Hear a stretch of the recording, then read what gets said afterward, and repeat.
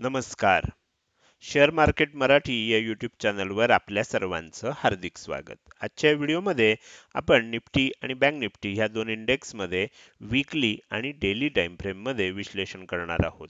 या विश्लेषणामुळे आपल्याला ह्या दोन इंडेक्स सोबतच ओव्हरऑल मार्केटमध्ये पुढील आठवड्यात कशा प्रकारे मूव्हमेंट होऊ शकते, कुठे सपोर्ट घेतला जाऊ शकतो, कुठे रेझिस्टन्स फेस केला जाऊ शकतो, चालू असलेला ट्रेंड असा चालू राहिला तर कोणती टार्गेट्स बघायला मिळू शकतात, जर रिव्हर्सल येणार असेल तर कोणत्या लेवलपासून येऊ शकतं, ह्यासारख्या अनेक विषयांचं अतिशय विस्तृत असं विश्लेषण आजच्या व्हिडिओमध्ये आपण करणार आहोत.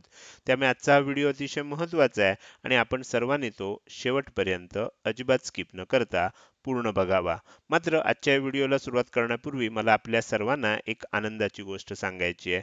ती म्हणजे आजचा हा जो भाग आहे हा आपला दैनंदिन विश्लेषण या मालिकेतला 701वा भाग आहे.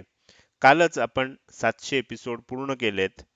7 जून 2022 रोजी आपण दैनंदिन विश्लेषण ही व्हिडिओ मालिका सुरू केली होती आणि ज्याच्यात दररोज आपण उद्यासाठीचं विश्लेषण करत असतो आणि मागच्या जवळजवळ 2.5 वर्षामध्ये आपण 700 भाग त्याचे पूर्ण केलेले आहेत.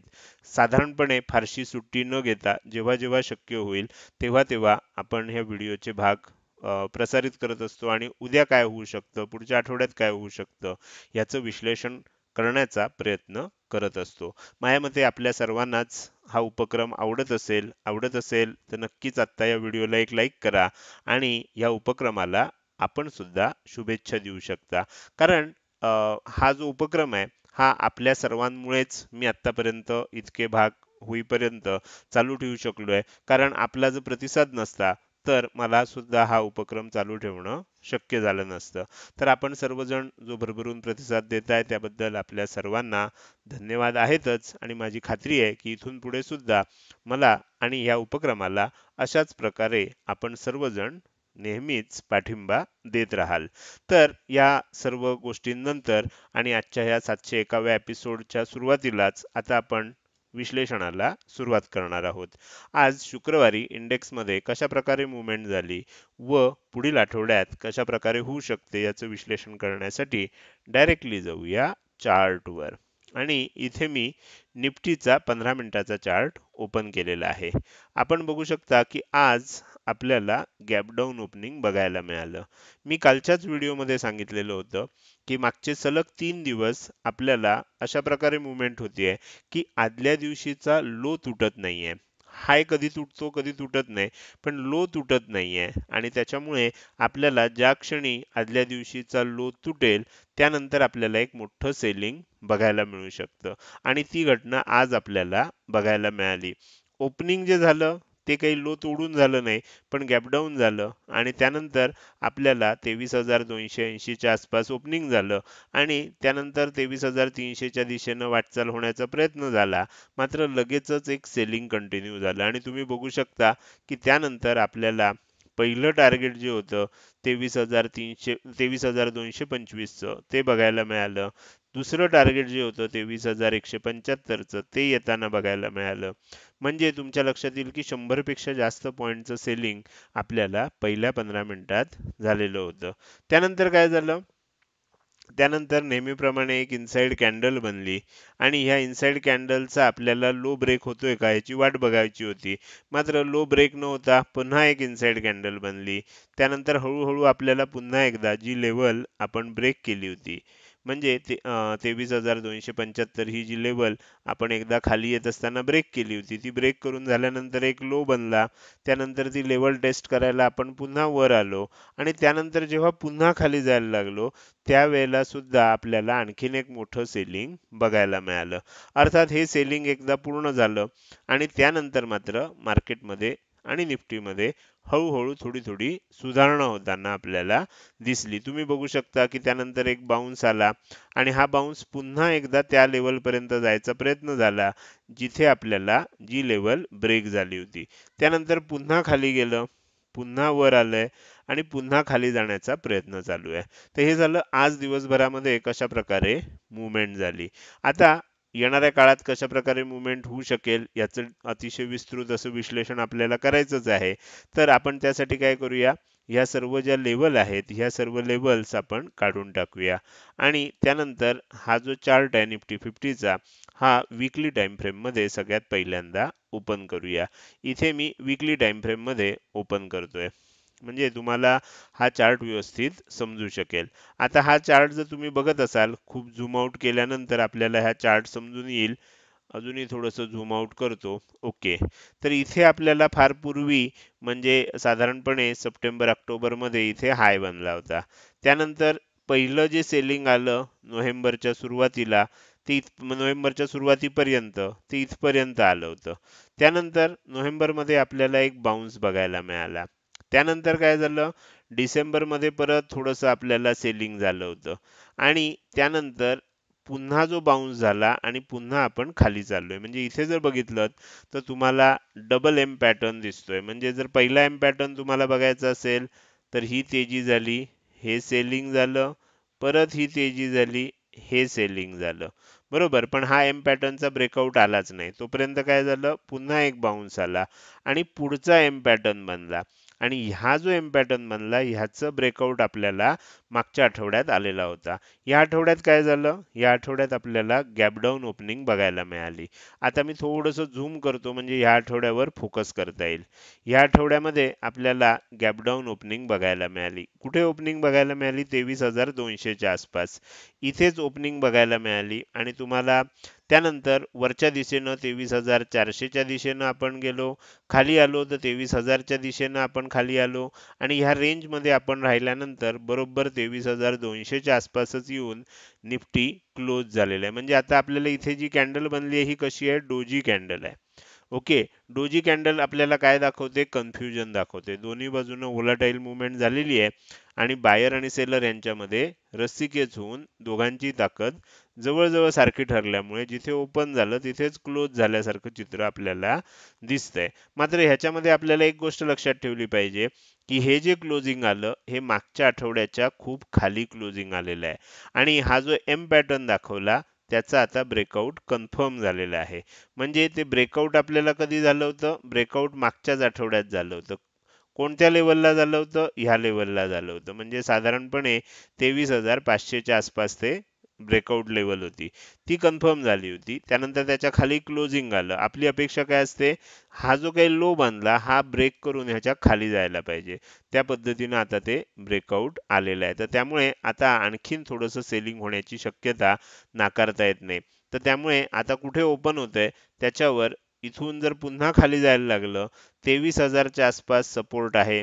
एकदा पुन्हा 23,000ची लेवल टेस्ट करायला येऊ शकतं असं चित्र आपल्याला दिसतंय. 22,900 पर्यंत तरी आपल्याला खाली येण्याची थोडीशी जास्त शक्यता दिसते. 22,900 ला जर सपोर्ट घेतला गेला तर शक्य आहे. नाहीतर मग खाली जात असताना आपण आणखीन खाली जाऊ शकतो आणि 22,800, 22,600 ह्या लेवल सुद्धा खाली येताना बघायला मिळू शकतात. अर्थात फ्लॅट ओपन झालं, वर जाण्याचा प्रयत्न झाला तर आपल्याला 23,400, 23,500 ह्या लेवलपर्यंत जास्तीत जास्त आत्ता विचार करता येऊ शकतो. कारण त्या दोन्ही लेवल आपल्याला रेझिस्टन्स लेवल म्हणून दिसतायत. 23,400 ते 23,500 या दोन्ही लेवल आपल्याला रेझिस्टन्स लेवल म्हणून बघायला मिळत आहेत. तर त्यामुळे आता ओपनिंग नंतर खाली जाण्याची शक्यता आहे. कदाचित गॅप डाऊन ओपनिंग होण्याची शक्यता आहे. तर ह्या सर्व गोष्टींचा विचार करता आपल्याला सध्या तरी मंदी करायची असेल तर थोडीशी आपण सरळ हस्ते करू शकतो. तेजी करायची असेल तर ती छोट्या कालावधीसाठी, इंट्राडेसाठी, ठराविक मुदतीसाठी आपण करता येऊ शकेल. तर अशा प्रकारचं चित्र आता आपल्याला निफ्टीमध्ये वीकली टाइम फ्रेममध्ये दिसून येते. त्यानंतर आपण काय करूया, डेली टाइम फ्रेमला जाऊया. डेली टाइम फ्रेममध्ये तुम्ही आलात तर तुम्हाला इथे एक गोष्ट लक्षात घेतली पाहिजे की मागच्या 3 दिवसापासून मी काय सांगतोय बघा. तर इथे हा लो बनला, त्यानंतर हा लो बनला, त्यानंतर हा लो आणि हा लो. सलग 4 दिवस आपल्याला हायर लो बनताना बघायला मिळाले.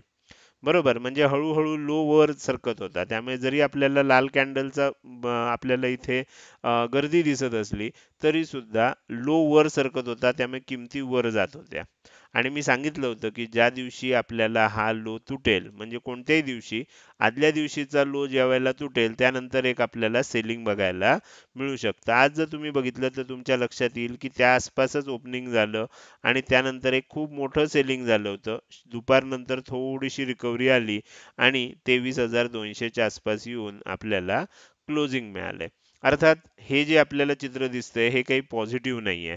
जरी ही कॅन्डल पॉझिटिव्ह असली, म्हणजे रेड कॅन्डल असली, तरी त्याला पॉझिटिव्ह थोडक्यात असं ह्याच्यासाठी म्हणता येईल की ह्याला आपण काय म्हणतो, ह्याला आपण हॅमर कॅन्डल म्हणतो. पण ही रेड कलरची असल्यामुळे याला हँगिंग मॅन कॅन्डल असं सुद्धा म्हटलं जातं. आणि ह्याच्यामध्ये एक गोष्ट लक्षात ठेवायची की जोपर्यंत हा हाय ब्रेक होत नाही, ही कॅन्डल आपल्याला बिअरिश असते, निगेटिव्ह असते. त्यामुळे किंमत खाली जाण्याची शक्यता जास्त असते. जर यदा कदाचित हा हाय ब्रेक झाला तरच थोडासा बाउन्स आपल्याला येऊ शकतो. तर ही गोष्ट आपल्याला इथे लक्षात ठेवायची आहे. आता 23,200च्या खाली टिकलं तर आपण 23,100, 23,000 ह्या लेवल्स आणखीन पुन्हा एकदा खाली येताना बघायला मिळू शकतात, असं आपल्याला चित्र दिसतंय. आणि आता जर खरोखर खाली यायला लागला तर मी मागच्या 2-3 दिवसापासून एक नियम सांगतोय. प्रीमियम ग्रुपवर त्याचं जास्त चर्चा केलेली आहे. इथे सुद्धा तो नियम सांगितलाय की ज्यावेळेला एक सेलिंग झालंय किंवा एक मुवमेंट एका दिशेनं झाली आहे, रिव्हर्सल येतं. त्या रिव्हर्सल मध्ये जर 50% ची जी काही लेवल असेल ती ब्रेक करून वर गेलं तर ठीक आहे.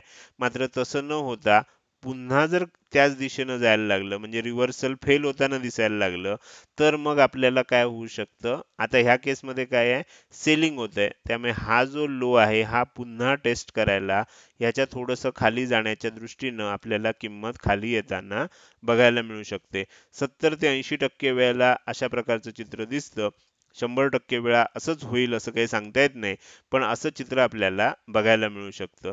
म्हणजे 23,000 ची लेवल आपल्याला पुन्हा एकदा टेस्ट करायला खाली येऊ शकते, अशी शक्यता इथे वाढलेली आहे. तर हे झालं निफ्टी 50चं अतिशय विस्तृत असं विश्लेषण. आता आपण काय करूया, आता आपण पुढे जाऊया आणि बँक निफ्टीचा चार्ट ओपन करूया. बँक निफ्टीचा 15 मिनिटाचा चार्ट मी इथे ओपन करतोय. बँक निफ्टीचा 15 मिनिटाचा चार्ट ओपन केल्यावर आपल्याला एक गोष्ट क्लिअर कट कळते की बँक निफ्टीमध्ये आपल्याला जास्त सेलिंग होतं, जास्त मंदी दिसत होती. कारण इथे काय झालं होतं, निफ्टीमध्ये इथे ओपन झालं होतं, म्हणजे खालची जी इम्पॉर्टंट लेवल होती त्याच्या अगदी जवळ थोडंसं वर असं ओपनिंग झालं होतं आणि त्यानंतर खाली गेलं होतं. इथे काय झालं, पहिलं खालचं टार्गेट जे होतं म्हणजे 49,025 तिथेच ओपन झालं. म्हणजे तुमच्या लक्षात येईल चार्टवरचं क्लोजिंग बघा, आदल्या दिवशीचं कुठे आहे, 49,400च्या आसपास आहे आणि आजचं ओपनिंग कुठे आहे तर 49,025च्या आसपास आपल्याला हे ओपनिंग बघायला मिळते.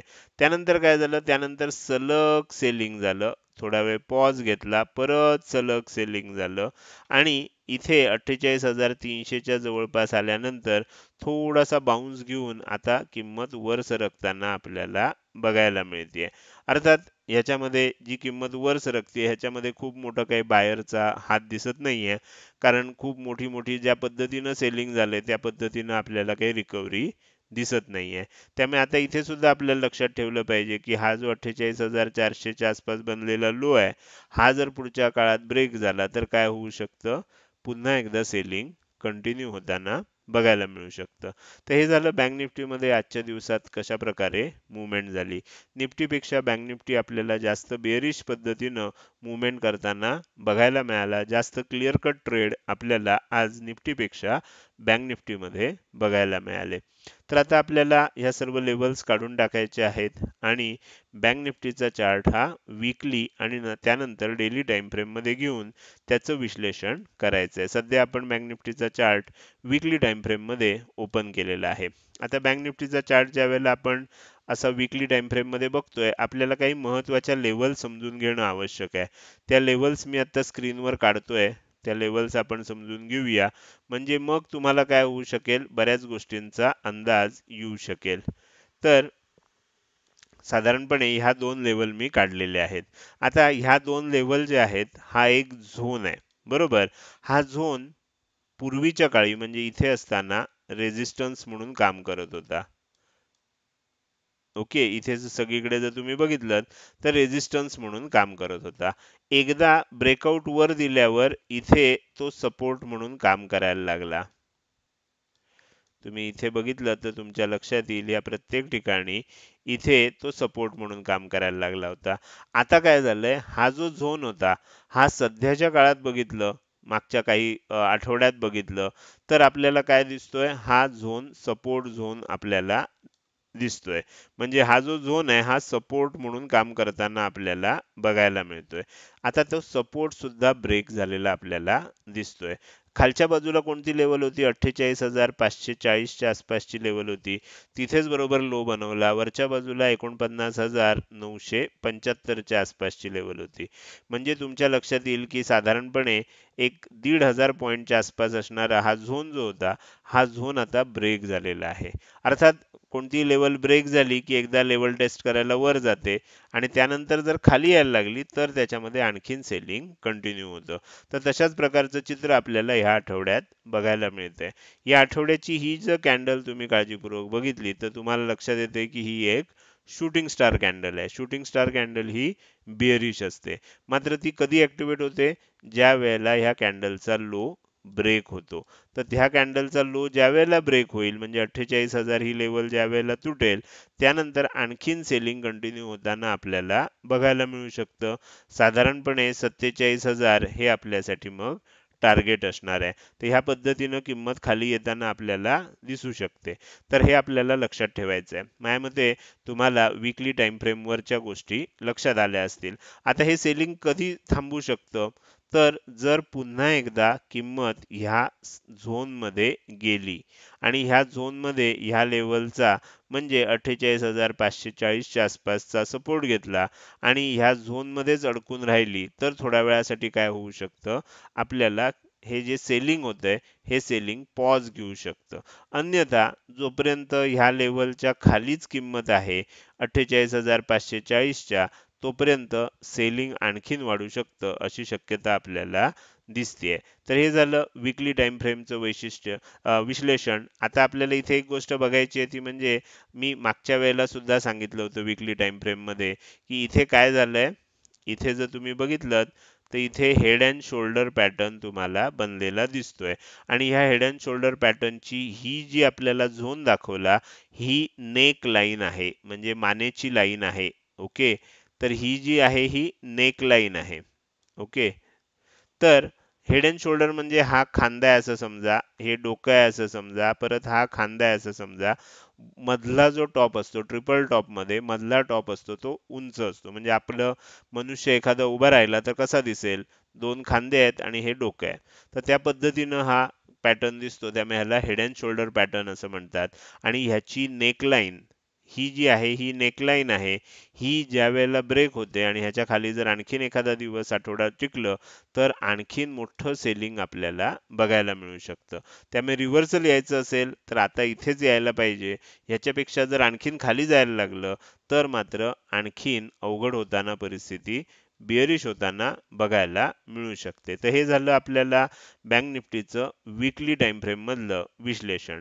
आता आपण डेली टाइम फ्रेम कडे वळूया. डेली टाइम फ्रेम मध्ये सुद्धा जसं आपण निफ्टीचं विश्लेषण केलं, तुमच्या लक्षात आलंच असेल की मागचे 4 दिवस आपल्याला काय होत होतं, हा लो बघा, हा लो बघा, हा बघा आणि हा बघा. म्हणजे तुमच्या लक्षात येईल की चारही लो वर वर जात असताना आपल्याला दिसत होते आणि हाय सुद्धा जर तुम्ही बघितले तर प्रत्येक हाय वर आपल्याला बनलेला दिसतोय. म्हणजे म्हणजे हायर हाय हायर लो फॉर्मेशन आपल्याला बनत होतं आणि हळूहळू किंमत वर जात होती. मात्र आज अचानक काय झालं, आज अचानक गॅप डाऊन झालं. म्हणजे पहिला नियम काय तोडला, मागच्या 4 कॅन्डलनी काय केलं होतं, म्हणजे 3 कॅन्डलनी समजूया की आदल्या दिवशीचा जो लो होता हा लो ब्रेक झाला नव्हता. आज काय झालं, आज गॅप डाऊनच ओपन झालं. त्यामुळे आजची ओपनिंग ही ब्रेकडाऊन करूनच झालेली आहे. तर त्यामुळे त्यानंतर आणखीन सेलिंग कंटिन्यू होताना आपल्याला दिसलेलं आहे. मग आपल्या नियमानुसार आता काय होऊ शकतं की सेलिंग झालंय, बाउन्स आला आणि पुन्हा जर खाली जातंय, अशा वेळेला पुन्हा एकदा ही लेवल येण्याची शक्यता 70 ते 80% असते. 10-20% वेळेला असं होतं की थोडंसं इथनंच खाली येतं आणि मग पुन्हा वर जायला लागतं आणि इथे डब्ल्यू पॅटर्न तयार होतो. अशी शक्यता क्वचित असते, पण ही सुद्धा होऊ शकते. ही गोष्ट आपल्याला लक्षात ठेवायची आहे. तर त्यामुळे आता जर खाली जात असेल आणि ही जी लेवल आहे आपल्याला पूर्वी बनलेली, ही लेवल जर ब्रेक होत असेल म्हणजे 48,000च्या खाली आपल्याला टिकायला लागलं, तर मात्र सेलिंग आणखीन वाढू शकतं. ही गोष्ट लक्षात ठेवावी लागणार आहे. तर माझ्या मते निफ्टी आणि बँक निफ्टीचं आजचं केलेलं हे जे विश्लेषण आहे, हे विश्लेषण तुमच्या लक्षात आलं असेल. हे विश्लेषण जर तुम्हाला आवडलं असेल, तर नक्कीच तुम्ही या व्हिडिओला एक लाईक करू शकता. हा व्हिडिओ तुम्हाला कसा वाटला? तुमच्या काही सूचना असतील, प्रश्न असतील, तर ते तुम्ही विचारू शकता. त्याचसोबत आजचा हा व्हिडिओ तुम्ही अजूनपर्यंत बघताय आणि अजूनही जर तुम्ही शेअर मार्केट मराठी या आपल्या यूट्यूब चॅनलला सबस्क्राईब केलं नसेल, तर कृपया सबस्क्राईब करा आणि शेजारी असणाऱ्या बेल आयकॉनला क्लिक करून ऑल असं नोटिफिकेशन निवडा. म्हणजे इथून पुढे रोजच्या रोज येणारे हे विश्लेषणाचे व्हिडिओ मी अपलोड केल्या केल्या तुम्हाला विनाविलंब बघता येतील. आजच्या व्हिडिओमध्ये मी इथेच आपली रजा घेतोय. धन्यवाद.